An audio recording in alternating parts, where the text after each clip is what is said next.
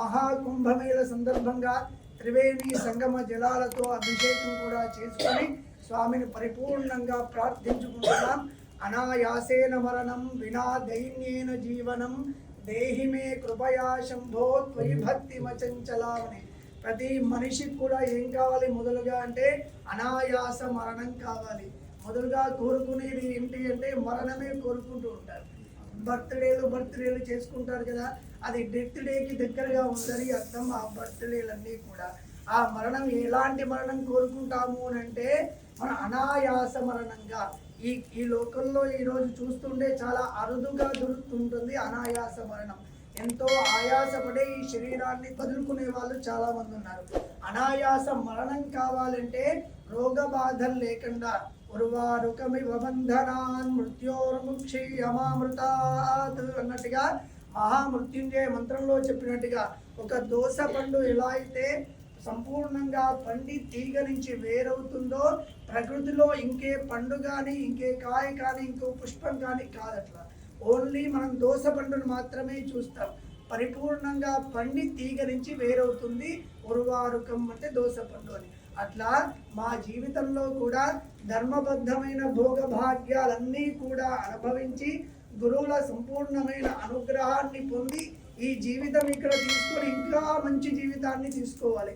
10వ తరగతి చదువుకున్న తర్వాత మళ్ళీ 10వ తరగతిలో కూర్చోం కదా, ఇంటర్కో డిగ్రీకో మనం ప్రమోట్ అవుతూ ముందుకెళ్తూ ఉంటాం. అట్లా ఈ జీవితం తీసుకొని గురువుల అనుగ్రహం ద్వారా బ్రాహ్మణ జన్మ ఎత్తి ఇంకో జన్మ ఎత్తి దానిలో సార్థకతను పొంది మళ్ళీ జన్మలో ప్రమోషన్తో ఇంకా ఉన్నతమైన జన్మను ఎత్తాలి అని మన శాస్త్రం చెప్తుంది. అట్లా గురువుల అనుగ్రహమే ఉంటే అది ఖచ్చితంగా నెరవేరుతుంది. అలాంటి ఉభయ జగద్గురుల అనుగ్రహంతో మనకందరికీ కూడా అనాయాస మరణం అని కోరుకున్నాం.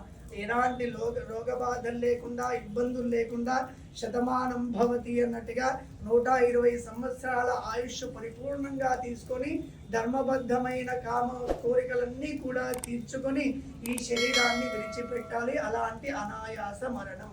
రెండవది వినా దైన్యేన జీవనం అంటాం. అంటే విశేషంగా ఏం కోరుకుంటాం? ప్రతి ఒక్కరి దగ్గరికి వెళ్ళి నాకు దేహి దేహి అని అడుక్కోవడమే దీనత్వం.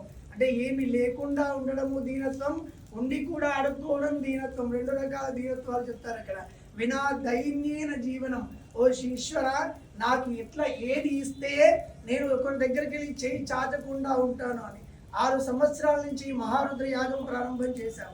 ఈ క్షణం వరకు ఎవరి దగ్గరికి వెళ్ళి చేయి చాచలేదు. మాకు 10 రూపాయలు ఇస్తారా, 10,000 ఇస్తారా, 1,00,000 రూపాయలు ఇస్తారా కదా. వారు స్వయంగా వచ్చి స్వామి మీరు చేస్తున్నారు కదా, మా సహకారం కూడా చేస్తాము అంటే తీసుకుంటున్నాం. అట్లా వినా దైన్యేన జీవనం. యాగం చేస్తున్నాం, 10,000 ఇవ్వండి, 50,000 ఇవ్వండి అని ఎవరిని అడగలేదు ఈ క్షణానికి కూడా. అట్లా గురువుల అనుగ్రహమే ఉంటే వినా దైన్యేన. కానీ ఎప్పుడు కూడా ఇబ్బంది పడలేదు. ఇంత మహాకుంభమేలో ట్రైన్ లేకపోయినా మనం కాళ్ళల్లో పాపం ఋత్వికులు ఎంతో కష్టపడి 24 గంటలు ప్రయాణం చేసి ఇక్కడికి వచ్చి ఈ కార్యక్రమాన్ని సుసంపన్నం, రోజు 2 ఏకాదశాలు 3 ఏకాదశాలు చెప్పుకొని కార్యక్రమాన్ని పరిపూర్ణం చేసుకున్నాం ఋత్వికుల యొక్క పరిపూర్ణమైన సహకారంతో. అలా చేసుకున్న ఈ కార్యక్రమానికి కూడా గురువుల అనుగ్రహంతో వినా దైన్యేన జీవనం.